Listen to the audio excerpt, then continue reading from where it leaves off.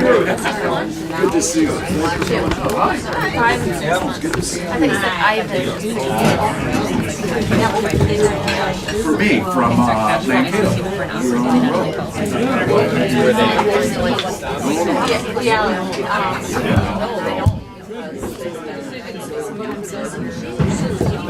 Hey, you guys. How are you doing? I'm gonna send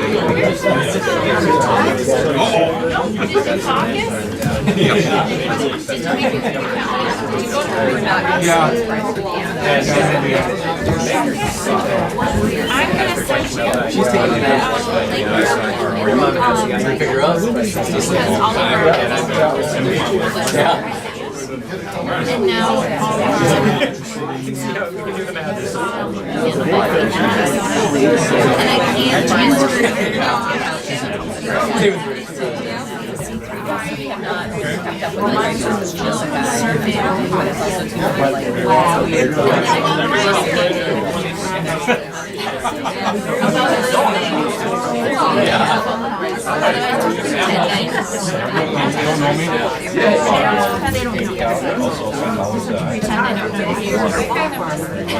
You have my geography.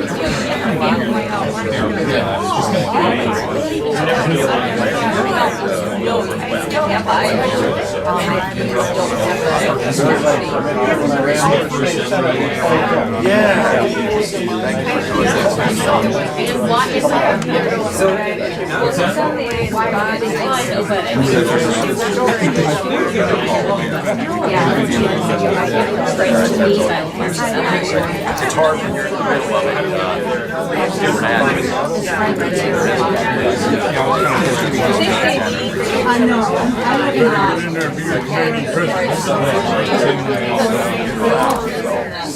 Thanks for getting out here.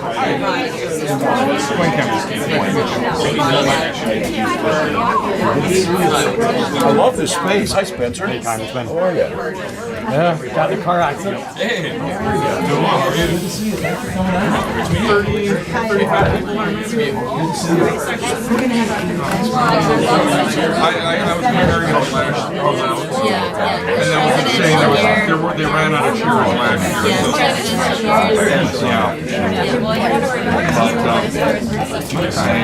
especially highly contested.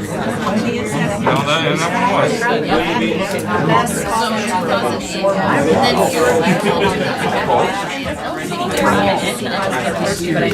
And then Yeah, I'm trying to think when, little bottom of the first round. That was in St. We were in St. Cloud. Hi. I didn't really have a here. Thank you for coming out.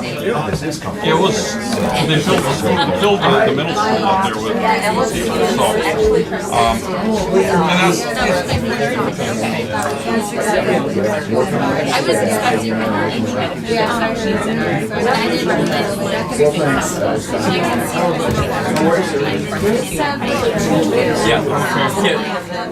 we've gained it.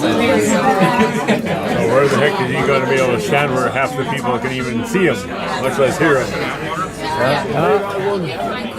They just got back in. They were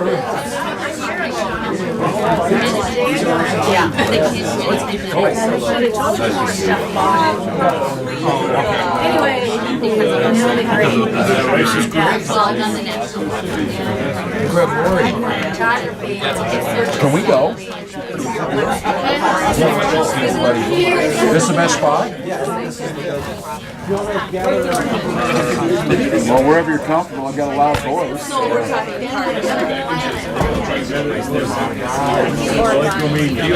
It's going to be president. Self-president. Yeah, this is the first meeting that I've ever listened. You don't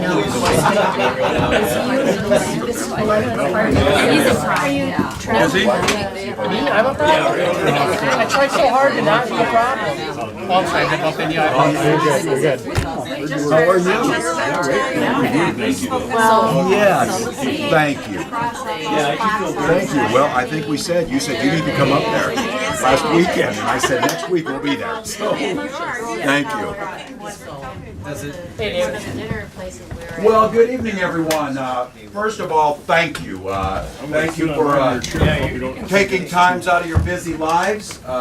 Thank you for gathering in this space, and as I always say, thank you for inspiring me. It's I think in a time of where our politics seems small and petty, or at times incredibly frustrating and angry, to have folks gather and kind of reaffirm that politics is nothing more than relationships and attempts to try and improve people's lives. And it seems like when we lose sight of that, that's when things go awry. And I also think I spent some time back in the 1980s. I was the first group of American high school teachers to teach in Chinese high school. And there were 25 of us. They taught me Mandarin and then plunked me into a Cantonese speaking area. My students said I had beautiful baby Chinese for those couple years. But I oftentimes think about, and as we talked about things here, it is sometimes easy to forget that literally billions of people can only imagine gathering as free people in a space to decide how we're going to govern ourselves, and that inspires me. So thank you for coming out. Thanks for the invitation. I've met many of you. For those of you I haven't, I'm Tim Walz. I'm a geography teacher from Mankato West. I was the football coach down there, middle school track, built the prom, junior class advisor. My wife was speech and debate, so we did that together for quite a few years. I've got two young children. Hope is 17. She's a junior at Mankato West. And Gus is 11. He's a fifth grader at Roosevelt Elementary School in Mankato. And as I said, my wife's an English teacher, works as an assessment coordinator now. I grew up in a small farming community along the Missouri River. My mom still lives on that piece of land that's been in our family a little over 130 years. Had 24 kids in my graduating class, 12 were cousins, many still alive now. And some of you know those small towns. My father was Korean War veteran and an educator. He moved us back onto the farm in my mom's land when he was dying of cancer when I was in high school. My little brother was 8 at the time. And the day after I turned 17, he took me down to join the Army. It was a tradition in our family, but it was also practical, as many of us do it, because it was the GI Bill to be able to go to school. And in that small community, I was blessed with having incredible public school teachers. I watched what investments in people made, and we had no problem pulling ourselves up by our bootstraps, but after my dad died, we didn't have any boots, so we had Social Security survivor benefits, and that was a real smart investment. And my mom going back getting a nursing degree, and my little brother going on to college. As I said, I went and did some teaching in China, taught on the Pine Ridge Reservation, taught at Wolf Creek Elementary, 4th grade for a while. Met a wonderful young woman when I came back from China who gave me a book by a great Minnesotan called Coming Home Crazy by Bill Holm, right down the road in Minneota. And that wonderful English teacher became my wife Gwen, and I just loved it when she would tell me, now where are you from again? Minneota, Minnesota. It just seemed like this wonderful place that we could see. We ended up getting married. She's a very independent woman, but she would not keep her maiden name because she said, Tim, I cannot go through life being Gwen Whipple-Walls from Minneota, Minnesota. It doesn't work.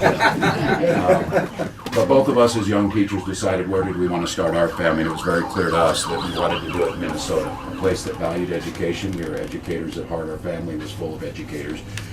It's a place that understood that investments in people mattered, investments in infrastructure mattered, investments in research, and the sense of pride that went into a state that valued its natural resources and created economic growth, some of the world's biggest Fortune 500 companies and startups. And so we did that. I never planned my life to run for office. Got deployed in 03 and 04 with my Guard unit, came back home very frustrated in the 2004 election. I remember that night after John Kerry got beat. My wife and I were sitting there, and I said something incredibly stupid. I said, well, the good thing is it can't get worse. But after that one, some people came to me and they said, our politics needs to be something different. They asked if I would run for Congress. I should have known better as a social studies teacher, but I said I would do that and go out, and I had no political experience. I would call people up and they'd say, well, let me get this straight. You're running for Congress in a Republican district that's had one Democrat in 125 years. You don't have any money. You don't have any connections. But I remember what I was thinking on this is I knew where I was at. I knew what was important to me. I knew what was important to the people I taught with and the children I taught, and I knew there had to be a politic that was bigger than what we were doing. So I hired 4 of my former students, and And everyone said you have to get professionals in this, but I knew they knew the district, and we won that race, and we won 5 times since then. And for people who are wondering, there are 10 rural Democrats left in America. That's it, in the congressional districts, the 435 congressional districts, the folks are there, there's 10 of them. And that causes problems with our politics. It causes the inability to try and find common ground. It causes an inability to try and find places where compromise moves things forward for people. It also makes it hard for us to get in the majority. When you're not in the majority in the House of Representatives, it's very difficult. And because of the way our political system has been set up with gerrymandered congressional districts and lack of campaign finance reform, we've got a gridlock federal government that is incredibly frustrating. Instead of moving forward and building on the ACA and improving health care because it's a common human value and a basic thing that all people should get. It shouldn't be stupidly expensive, and people should be able to access it in a timely manner near to their homes. I think that's a goal that all of us share, and we haven't been able to do that. And I'm proud to have voted for that, but I've watched it be stymied. I've watched us have this, and there's not a single person here, and I didn't say this, I didn't believe our Republican friends wanted children to die without health care, but I do know they didn't have any damn plan to fix the ACA, and I knew it was about obstructionism, and that's what we've seen. Same thing goes with education. The foundational principle in this country, good public education, accessible to all. That was Thomas Jefferson's quote to us. I taught because I wanted each student to get the best out of them. Jefferson was right and said we couldn't have a democracy if we didn't have an educated population. But I'm also practical too. For God's sakes, I want these kids to get a good skill so they can go out and work so that I can retire and collect Social Security. That's the way the system works. It speeds on itself. It works, and we invest. We redo things. None of those things were happening, and there's a frustration now that all of you feel, that all of us feel, because we're gridlocked there. And that brings me back to something that many of us are federalists, but states are the laboratories of democracy. We do know that. Next door in Wisconsin, their laboratory's on fire. We got the opportunity here. We've got the opportunity here in the space and with the politics that President Trump is promoting, the politics of division, the politics of distraction, the politics of pettiness and smallness opens up a space here. So I'm coming back here, and I would like to try and earn your support for governor of Minnesota.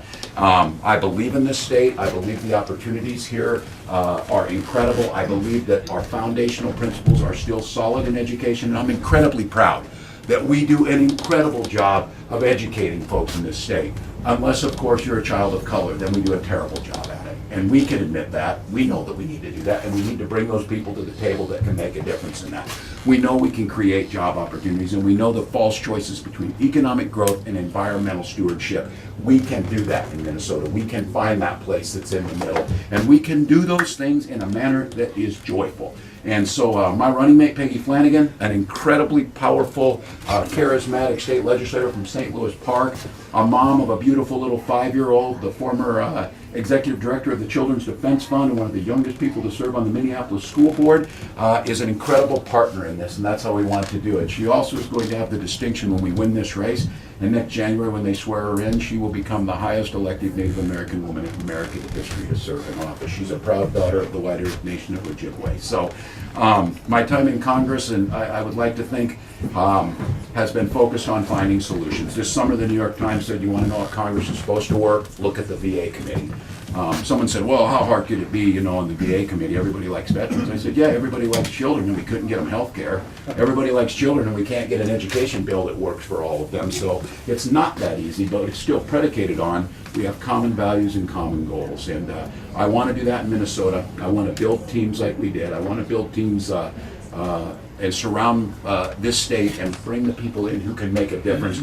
I've done it whether it was building state championship football teams, whether it was becoming the highest enlisted soldier in this country's history to serve in Congress, whether it was winning tough elections in a strong Republican district, but doing it by not alienating my neighbors and bringing folks on to me, and doing it again with that joyfulness that I think is there. And I do know for sure that I'm a good job creator. I created Spencer's job, who follows me around to take to the Republican Party. I've created jobs. For me. So, but I believe in this state. I believe in you. I understand the diversity of it. I understand the challenges. And I oftentimes think when they go back and look at these things, I'm not going to spend my time criticizing my Republican neighbors. I believe that these folks out here want kids. I don't believe they signed up for what they got in the White House right now, but I believe that we have to show the space. That famous Maya Angelou quote where she says, when somebody tells you who they are, believe them. I believe the president who he is. I feel like I know who he is. I don't think our neighbors know who we are. I don't think they know these guys. Why are we getting beat all across greater Minnesota? Why are we getting beat all across rural America? Because there's been this idea that they can divide us, rural versus urban. We can pit ourselves against each other. And to be very honest, we cannot become a party that is strictly urban. Not because there's not value there, not because there's not dynamics there, because it makes it harder to build coalitions to govern, and then we end up like what we see in DC. It's divided, it's rigid, it sets there. The only way we can do this is to reach out across the state. So I'm glad you came.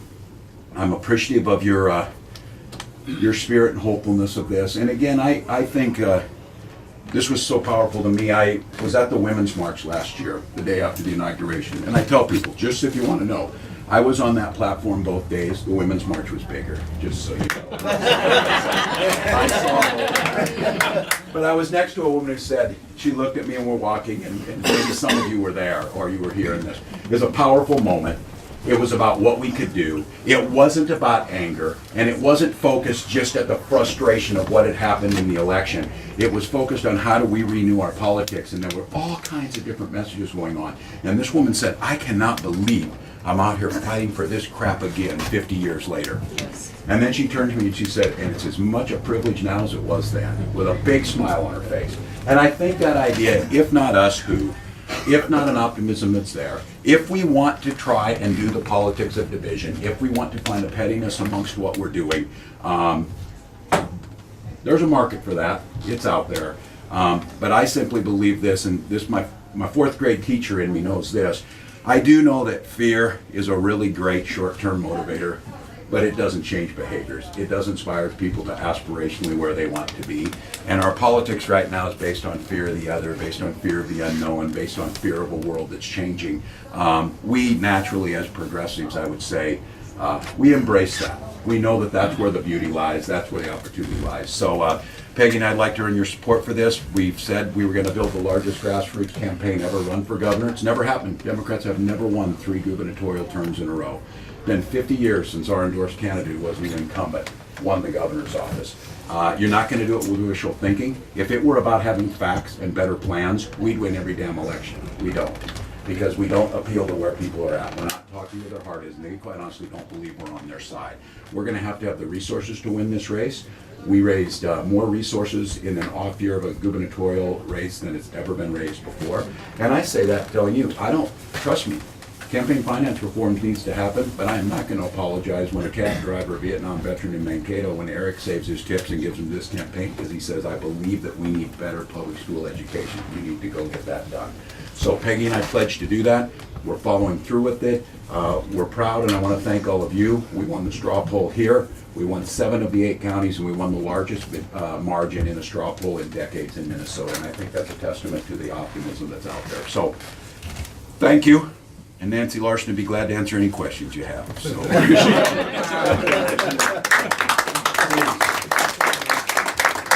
Whatever you got, if anybody's got anything, holler around. Go right up. Nancy, I put you on there. You're answering all these. No, I'm way back here getting out of the Yes, way. sir.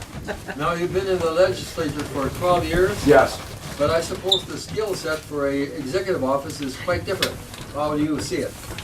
Yeah, I think so. But the thing that I saw this, and I've seen it with really good executives, I think the understanding of the co-equal branches of government and the ability to usher those things through is critical. We saw it at the end of the last legislative session. I certainly don't want to be governor so that I can sue the legislature. I don't want to get into the end on that. I think the executive side of this is, where I tell people this, one of the things, one important part of being governor is you're also the commander-in-chief of the Minnesota National Guard. And I said of having more experience in this than anyone else. And I think what you see in campaigns, and I would tell you this, if you want to see someone's executive experience, campaigns are nothing more than job interviews. Ridiculously long, stupidly expensive job interviews. But who are they surrounding themselves with? How are they hiring? How are they branching out? What kind of support are they getting? And I think you get the feedback on what's happening with these campaigns. So I said whether it being responsible for a battalion training in the military, whether it was creating a nonprofit that took over 500 kids to China in the 80s and 90s, and I had the honor of being the Minnesota Ethics in Education Teacher of the Year Award, and they give you a $10,000 award for that. We took that, put it in, and parlayed that into about $200,000 in donation from the private sector, and we took all those kids over the years. So I think my experience to create organizations that work, I do know, and I said very much, my leadership style is very much a green leaf servant leader side of thing, but I also realize there's times, and this is what it is, there's times when the governor sits at the head of the table, there's a lot of times when the governor has a seat at the table. There's probably more often when the governor's job is to get the table there and put the people at the table who are going to solve these, so that's all I'm saying.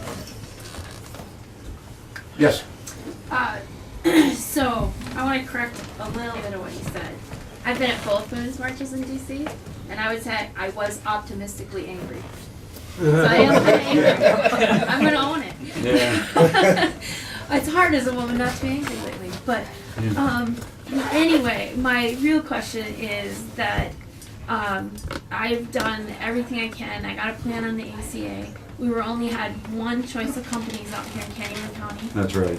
So then I had and none of them covered my doctor. Yeah. So then I had the opportunity because a new company came in like in April. So I changed because they actually covered our hospital and doctor. But then I had to start my deductible over. Then I went on a volunteer trip to Seattle, and I have asthma, so I caught a cold on the plane, which turned into pneumonia while I was there. I wound up in the ER for only like 5 hours, and it was a $20,000 bill. Yeah. Oh. So I went to a healthcare forum that we had here, I don't know, October, November, and so I have one party that's offering me nothing. Let's just be clear about that. Yes. And then we had Democrats that came out, and they were like, well, if we work really hard and build a coalition, we can save you 10% on your premiums. And it's like, so I feel a little like the house is on fire, and I'm being offered like a free carpet cleaning. Yep. And I just want to know, like, I really earnestly want to know from the governor's candidates, Yeah. like, what are your thoughts and ideas? And Yeah. do we have to sit around and wait for gridlock to break in Washington? Like, what do we do? Because I think especially out in rural Minnesota, we have very few choices. So what do we do? Yep. And the highest increases were in rural Minnesota, 2 states, Arizona, Minnesota.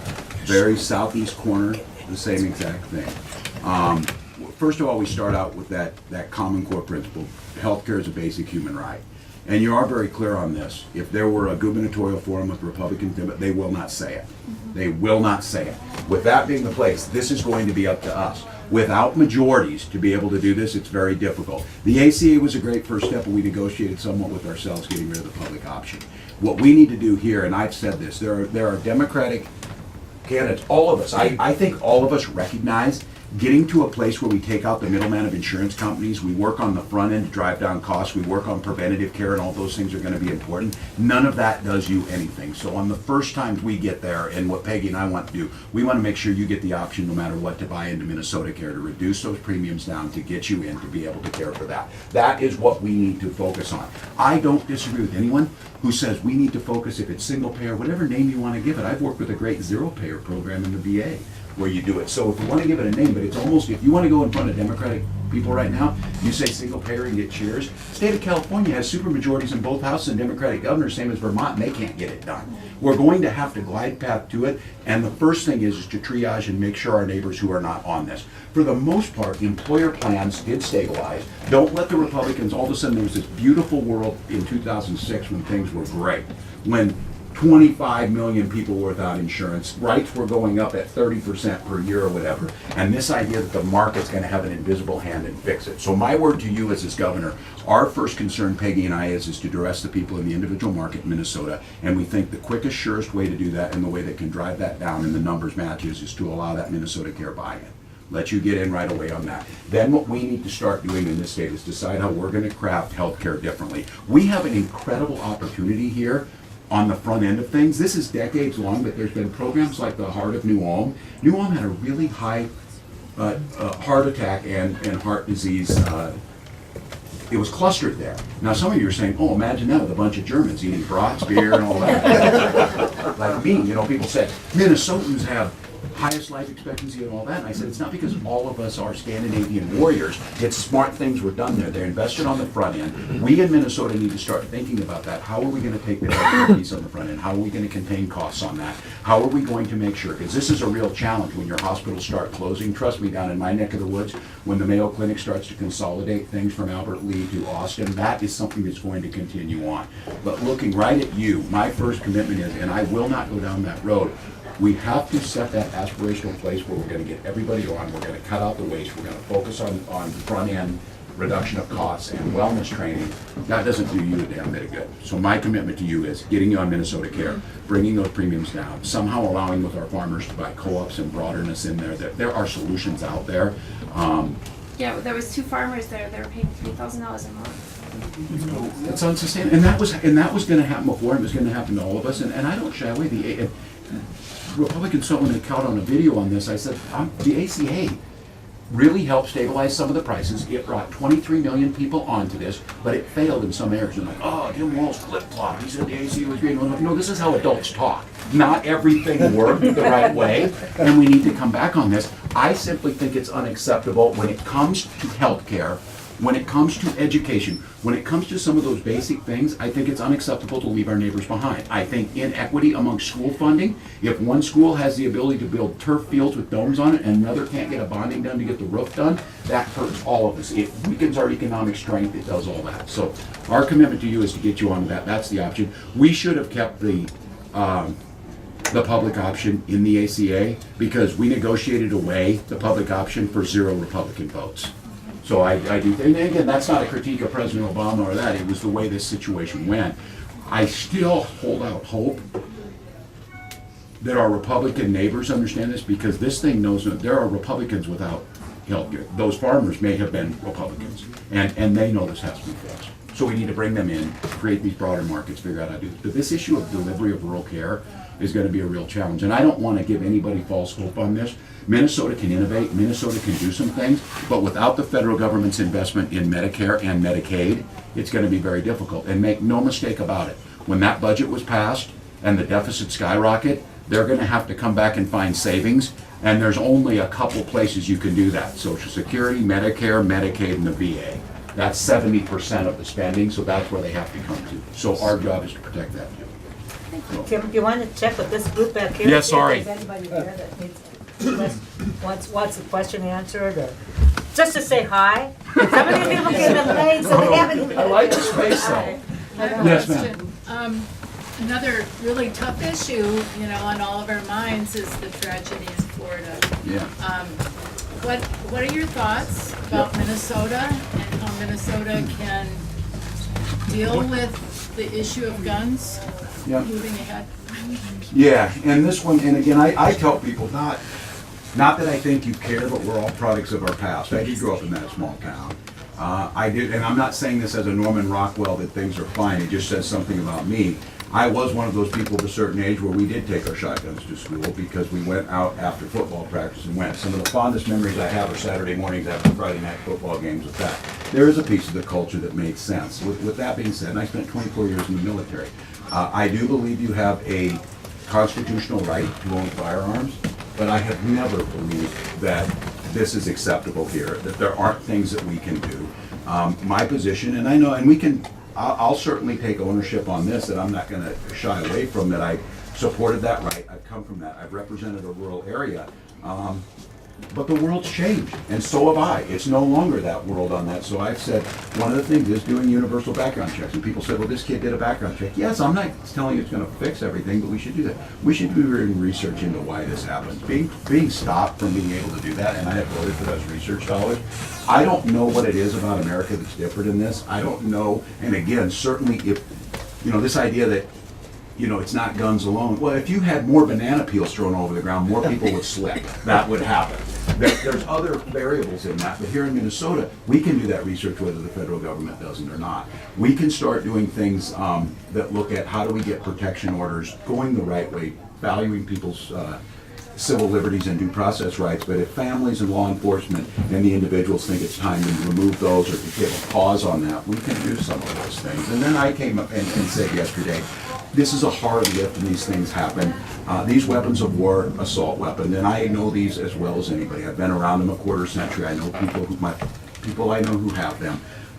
It's just proven that these things are a magnet for folks who are destabilized and are doing things. We've got to figure that out. So I think in Minnesota, the first thing is, my job has always been this, and I believe I'm one of the few people who can do this. I'm in a very unique position where I feel like I fully have there is almost no one who has a middle position on this. There's certainly no one in Congress because of the way the congressional districts are made.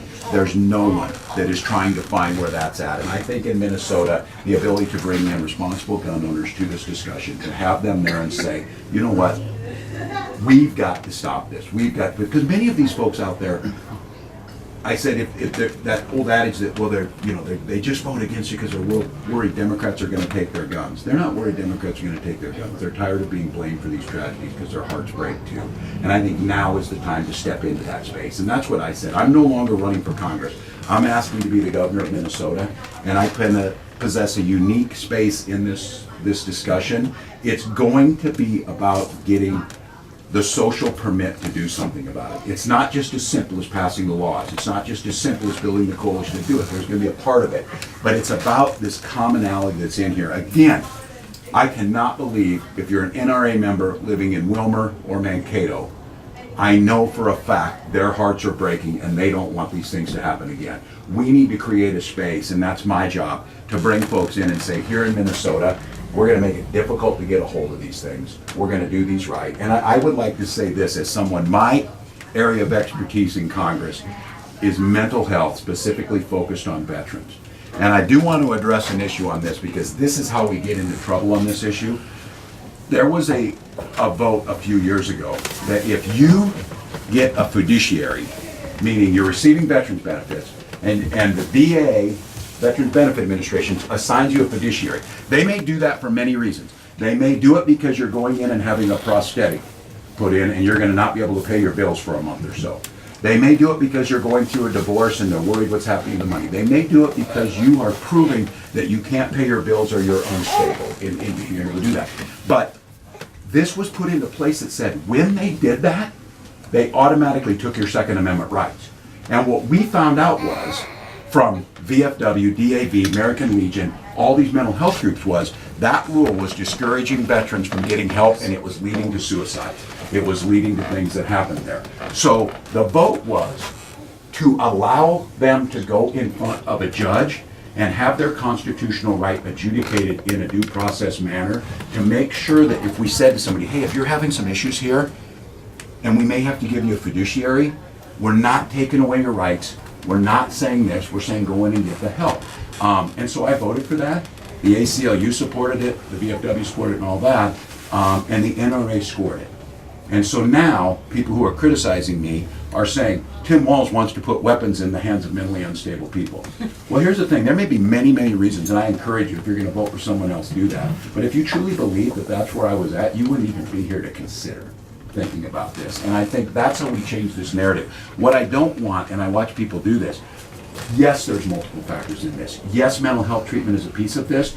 Do not stigmatize mental health. The vast majority of people who go seek mental health treatment are not violent. They're not part of this. And to say and create this myth of the violent, ready to explode time bomb veteran is what that piece of legislation did. And that's how this is complex. I think what I'm going to be able to do is bridge that gap between those. It's not so black and white. But again, I just got to tell you, at this point, I've had it, and this was something for me that my wife and I are very private with our children. We're very shielding them out of this because, my God, you get in. By the end of a campaign season, they run all those ads. My children barely like me when it's done. You're horrible, Dad. But I said we also keep them away from that. But they watch this, and my 17-year-old is finding her voice in this. And she came the other day and she said, Dad, I don't know anybody else who's like in elected office or can do anything, you gotta do something. And just said it just like a 17-year-old daughter would say. You just gotta do something, and it really just, it struck me in a way that says that's how this is different, these other things. I've never heard her say that, and might not, she's aware or whatever, but I've never heard the focus from kids like that. And my son Gus, we really shield and turn the news off on some of that, but he hears it from his friends.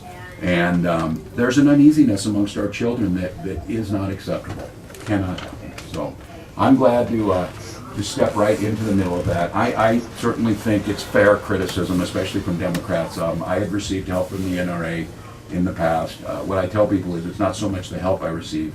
I voted for background checks. I voted for CDC research.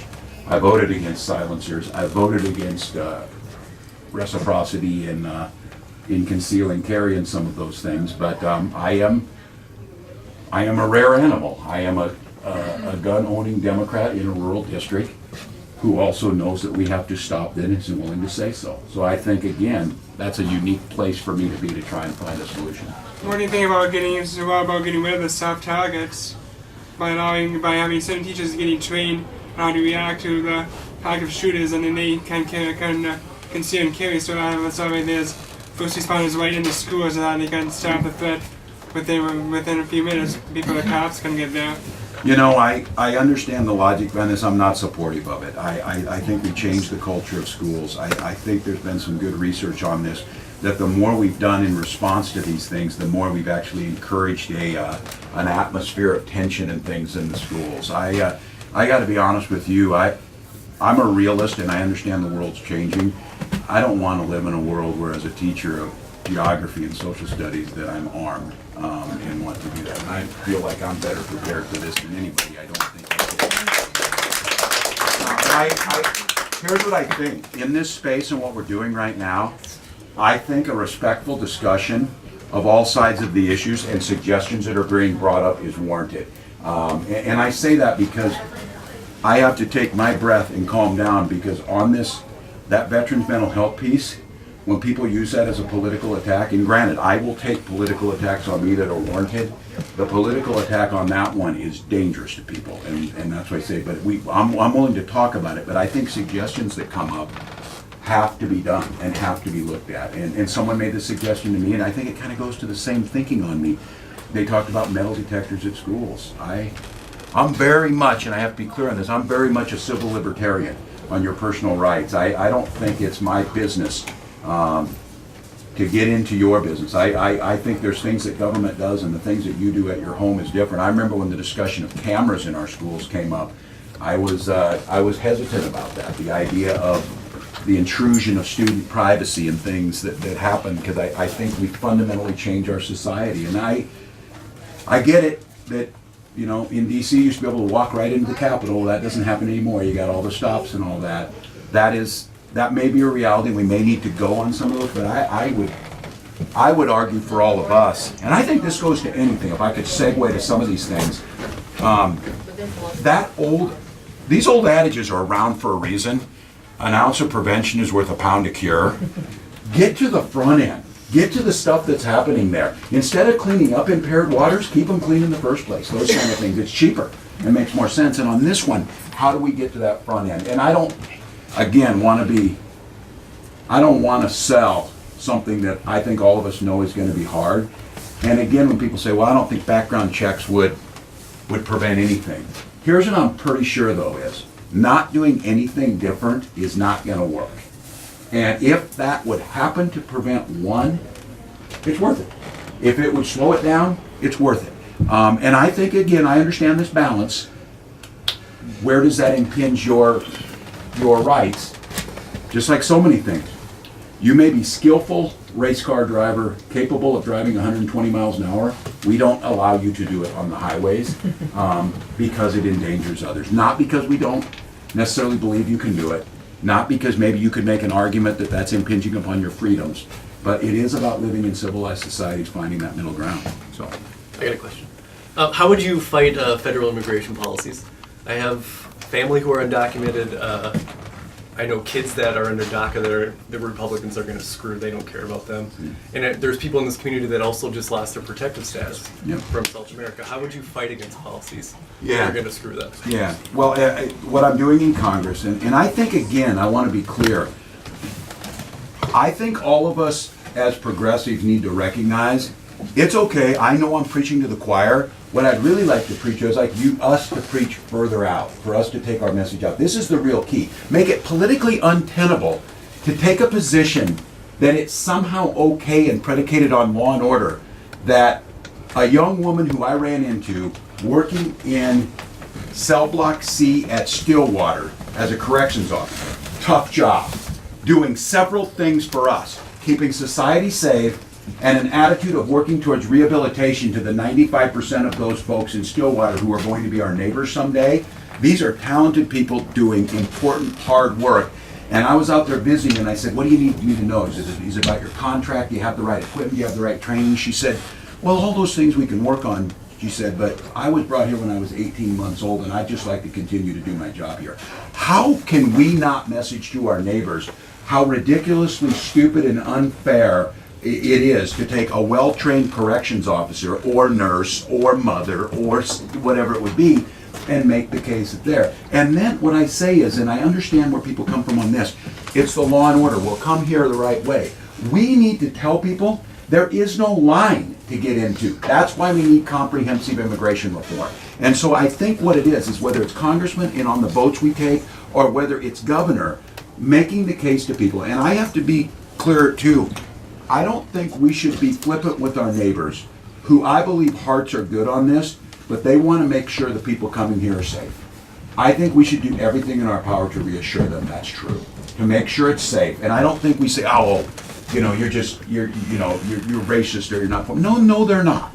They really do have a sense, and there's nothing wrong with this sense. We need to educate better and say, we should be spending our money. This is the thing about the wall. The wall has nothing to do with national security. I always say this, that I just am waiting to find out how high that wall is, because then if it's 30 foot tall, you can go invest in the 35-foot ladder. There's money to be made here, so somebody. But I say that because we do, and every sovereign nation has the right to do border security. But in this day and age, there is much smarter ways to do border security. There are much more high-tech ways to do border security, and there's a much better way of spending our resources to attract and make the system work for people we want to come in, who should come in and do that, and we can focus on that small percentage that's trying to bring harm, that's trying to do whatever. And then I think when we talk to our neighbors about this, don't dismiss the fact that people do bring drugs across the southern border. It's certainly not DACA, it's certainly not protected people, it's certainly not people who want to come here and work hard, but don't dismiss that that's there. But talk to them about, if we build this wall, it's going to take money away from stopping the bad people from getting here, and it doesn't change anything. And then we start to find common ground with them. So I think the biggest thing that the governor can do is coming back to that principle that we know, we're a country founded on immigrants. This is what's really great when this question gets asked. Peggy Flanagan says, well, as a Native woman, I have some interesting thoughts. Interesting thoughts. But I do believe that people get this. Here's the interesting part about this, especially in farm country. These areas tend to have voted, at least recently. Now keep in mind, my district is the second reddest district in America with a Democrat in it, only behind Colin Peterson's district. We all know. But they also voted for President Obama at one point. So these are folks that just feel like the system's not serving them well. The one thing I can tell you is these are good people who value hard work. And they simply didn't think Democrats, or they didn't think our nominee was going to be there. But the one thing they know is they care deeply about immigration. The interesting thing about farm country on this is there's three things that they're really, really interested in: immigration, farm bills, and trade. This president is horrible on all three.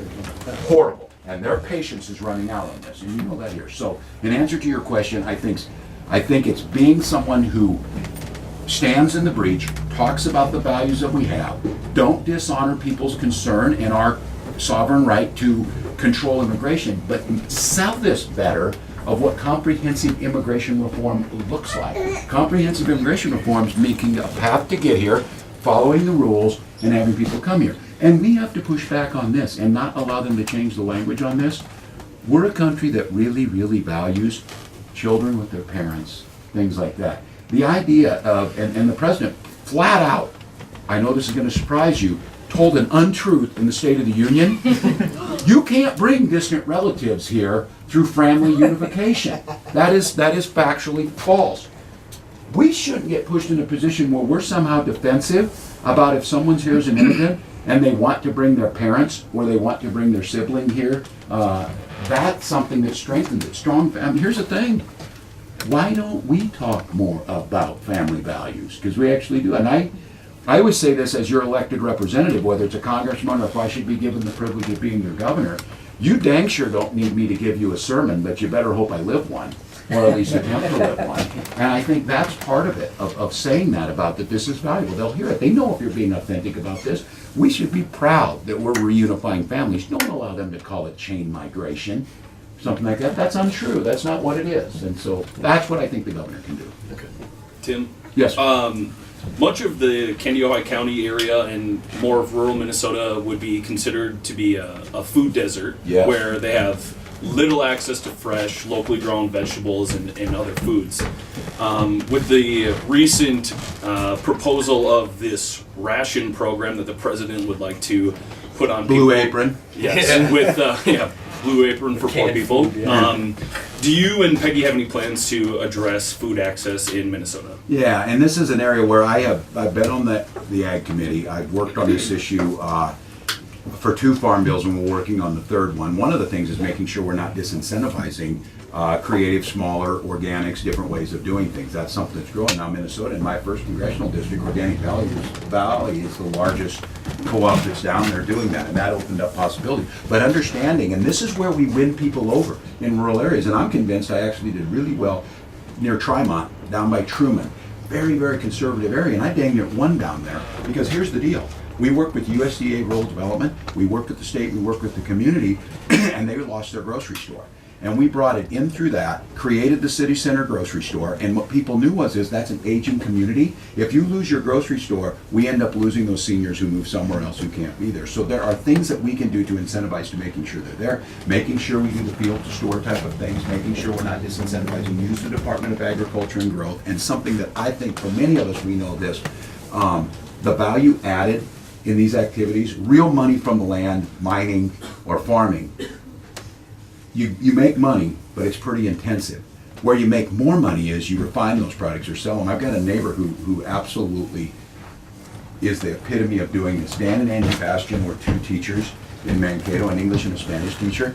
And to raise money for the Spanish club, they started in their garage doing kettle corn. Doing kettle corn. They got bigger and bigger.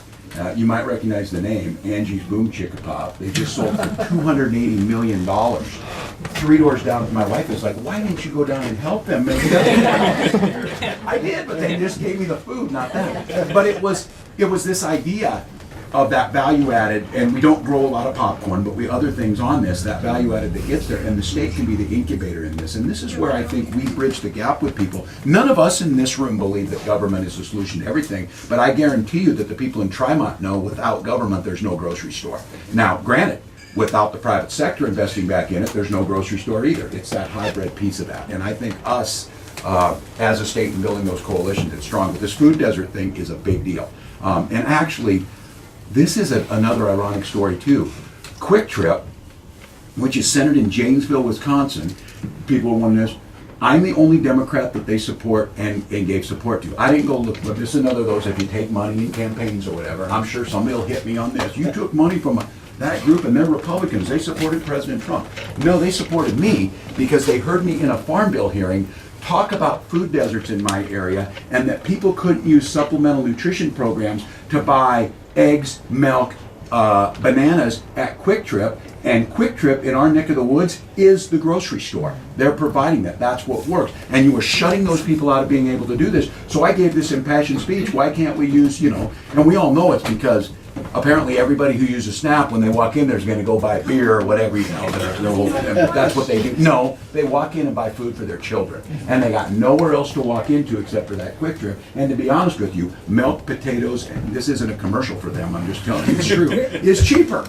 It's cheaper because of what they do. They want you to get in there. So those are things that we can do to incentivize and make the case. And there's ways that, again, you can compromise to bring those folks in, and they're committed to it. Those things are all over. So I mean, it's a new world. The quick trip kind of displaced the grocery store in some cases. We should incentivize them. Somebody back here was going to ask a question. Nobody? I have one. Yes. I work in Health and Human Services with individuals who are disabled. And currently we have 10,000 open positions in the state of Minnesota alone in disability services. We are having staff who are working 16, 24-hour days. We have people who can't be with their families because they have to work all the time. And our state has ignored this crisis. Yes. And I'm wondering if you Yeah. have And any now we have ideas the on that. yes, and now we have the abuse allegation, things Yes. like this. Once again, and everything there is true, and we know the reason that those are up. We don't pay these people well. These are important jobs. They are taking care of our parents. This is what's happening. We haven't sold this enough, and we've devalued the work that goes into that. And I think from the state of Minnesota, one of the things the governor can do on this, and this doesn't cost anything, especially on the front end, of talking about the value that's added to this. Talking about that Minnesota is great because of state employees, because of these types of employees who are giving back. And what we need to make sure is, and the problem there is Medicare and Medicaid reimbursement especially is so low, makes it very difficult. But we have got to figure this piece out because it's a crisis situation. We're not filling them at all. It has now got to the point, in many of the rural areas, now they're to the point of closing and consolidation. We have closed quite a few homes. That's right. And specifically with disability services, that's funded by the state of Minnesota, by the legislature and by the governor. Yeah. And for some reason, the only raise we've had in the past probably 10 to 15 years is in 2014. Yeah. And that was only a 5% raise. Yeah, well, and here's the thing, that to get these things done, you certainly need a majority in the legislature.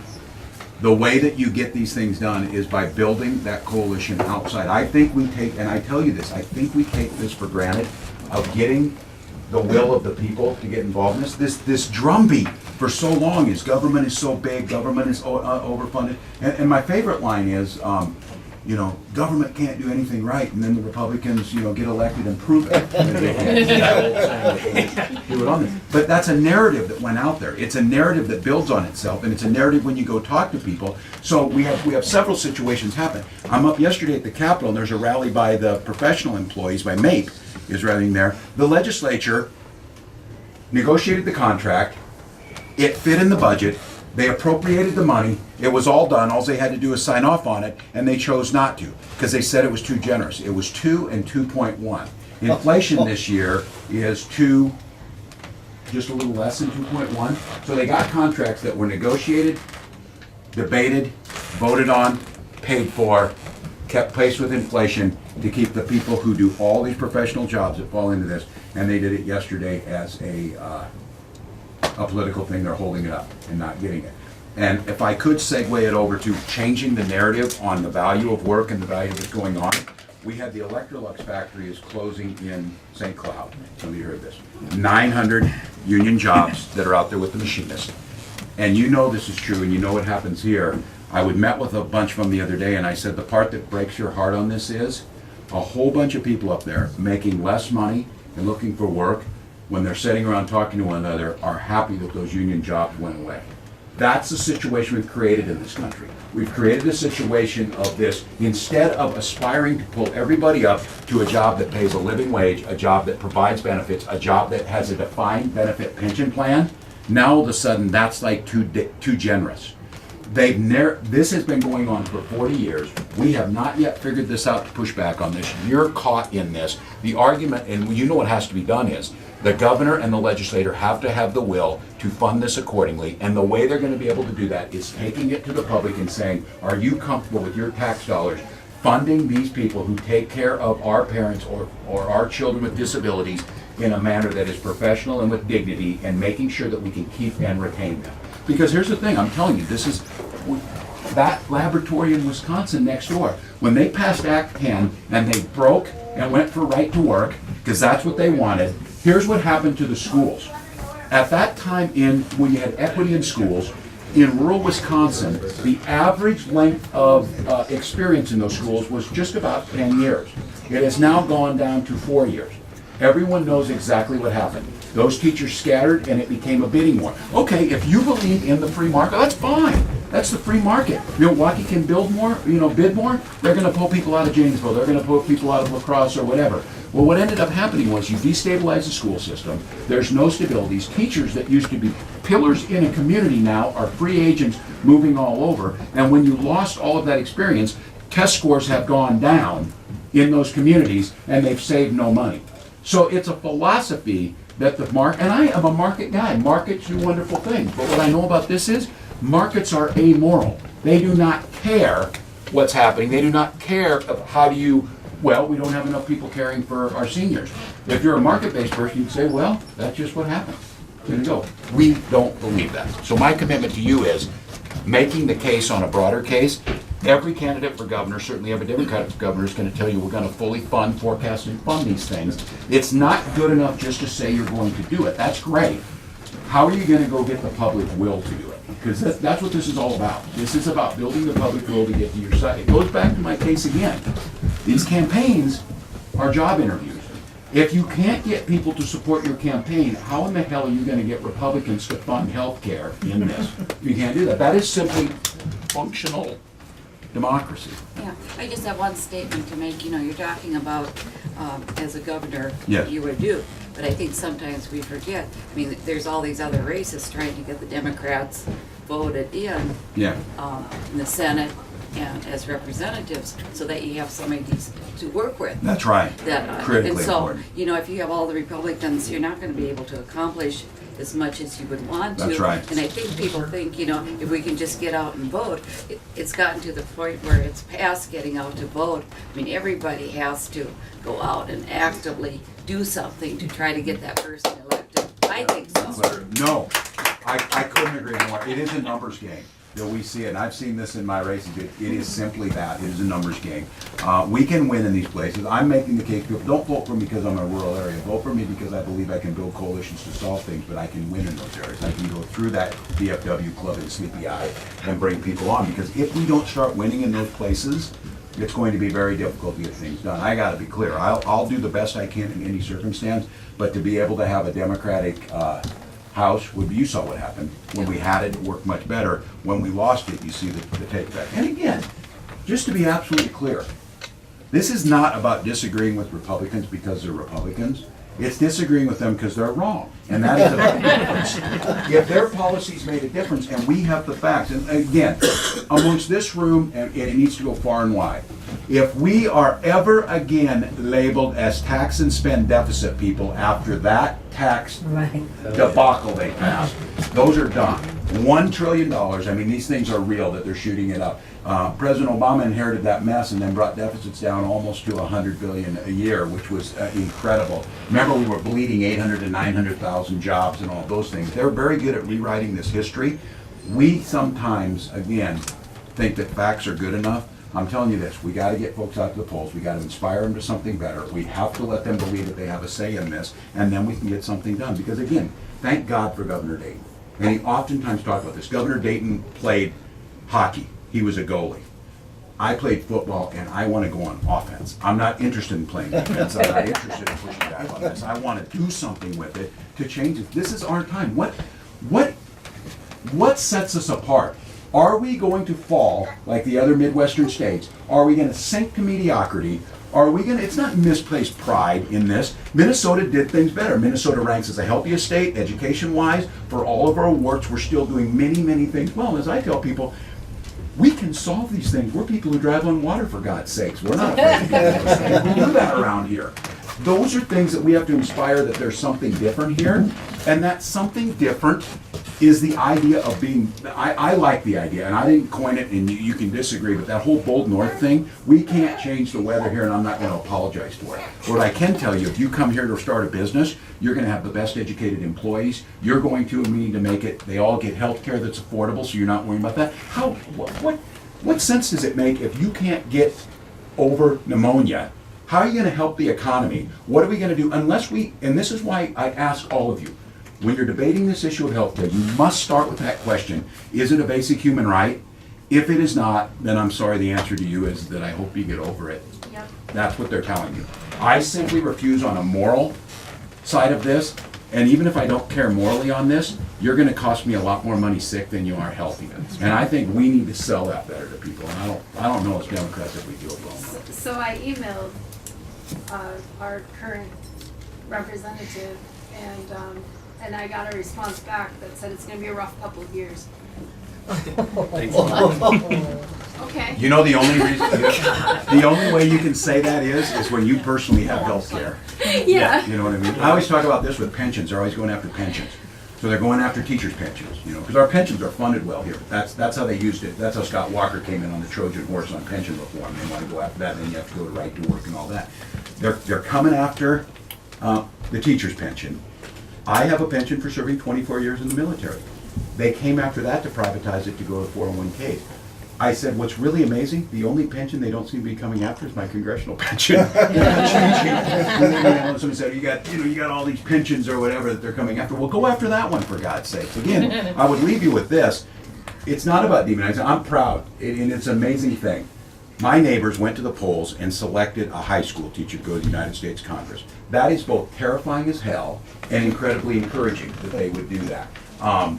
I feel a sense of responsibility. I passed the Stock Act that said if you're selling stock, you should have to say that. The CDC woman lost her job because she was buying tobacco stock. That's because of the Stock Act. Not because I believe my colleagues are cheating, but we have to restore faith in the system. It would be funny if it wasn't so damn terrifying that Congress falls between North Korean head lice in popularity. You know, when you ask people. Depending on a good day, we're above head lice. So that's the way it is, and it's American trait to be skeptical.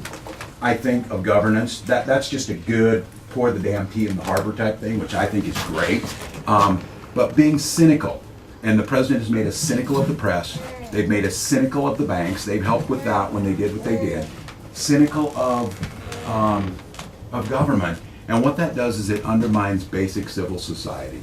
And again, I think this space now is a new governance. People are hungry for an optimism. I'm not selling you snake oil. I'm not going to promise you that we can fix it. I think that's why I said, sure, I support we can get single payer somewhere down the line. But if you're going to spend all your energy there, it's going to be a rough couple of years. And I think you're hearing that from Democrats and Republicans. That's unacceptable. I think the first thing is to say, no, here's a triage and we're going to get you in. Say what you will about the last legislative session when they tried to add some of that relief. They did work together. I don't know if it was necessarily the right way to go, but I think it's very hard to criticize that they at least tried. I think it would have been better if they'd have sent the money to you instead of the insurance company, but Governor Dayton didn't have a majority. So, well, thank you all. You're gracious with your time.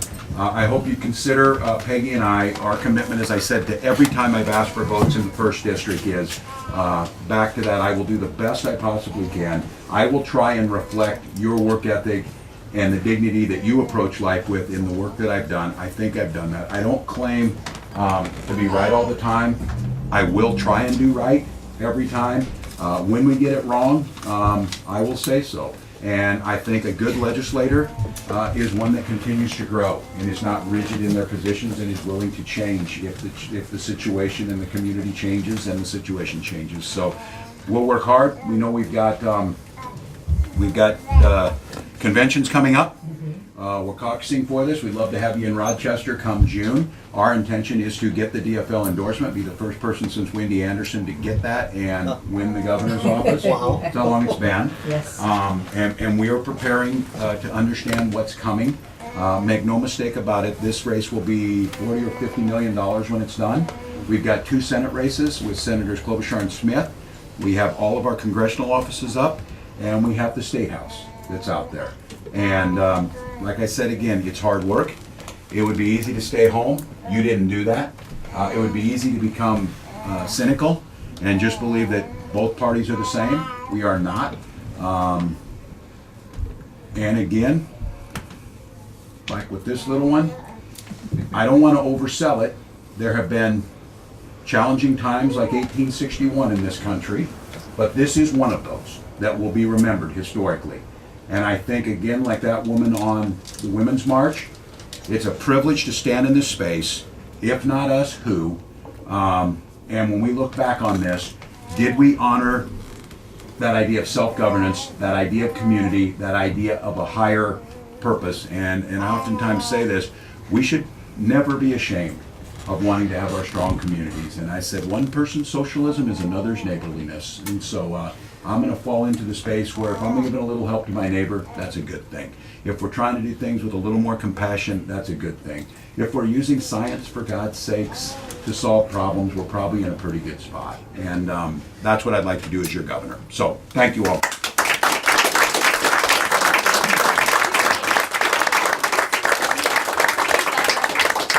Where is she? Okay, here. No, before you go, I'm sorry, Anita. Yeah. This is one, this would be very helpful should I get the opportunity with Peggy to be governor. We need representatives in the State House. Anita, tell them why you're going to be there. Because you just said you want more science, and I'm very good at science. We're here to work with you, whatever we can do. So, thanks for coming out. Grateful. Thanks, everyone. Thank you very much. Yes, I have. Oh, you have. I forgot. Okay. Yep.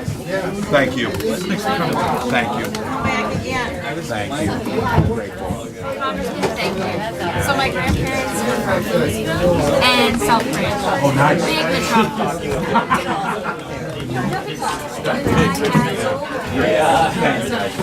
We're going to come up and see you soon. Okay. Good to see you.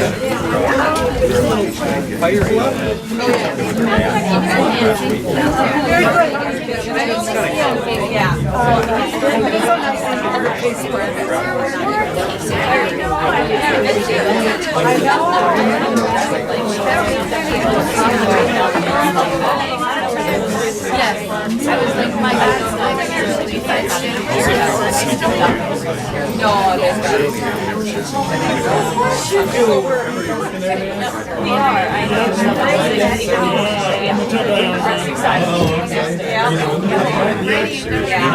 I don't know.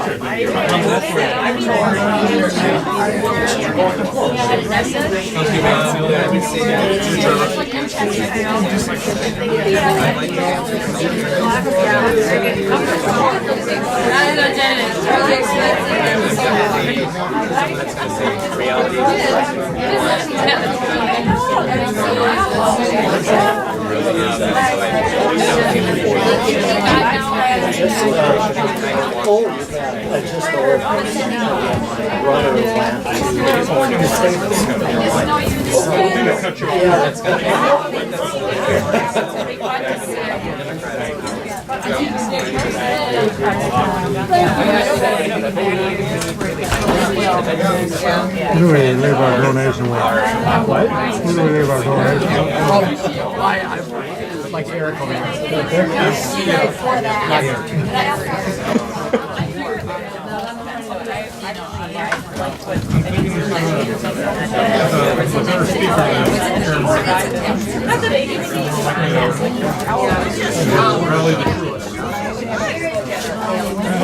Thank you.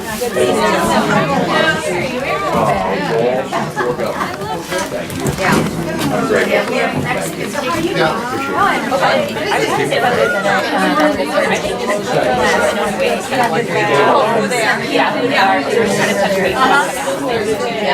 We did one Vice President, drive safely. Roads are good. Already got in one car accident. Did you really? I broke my leg. All right, guys.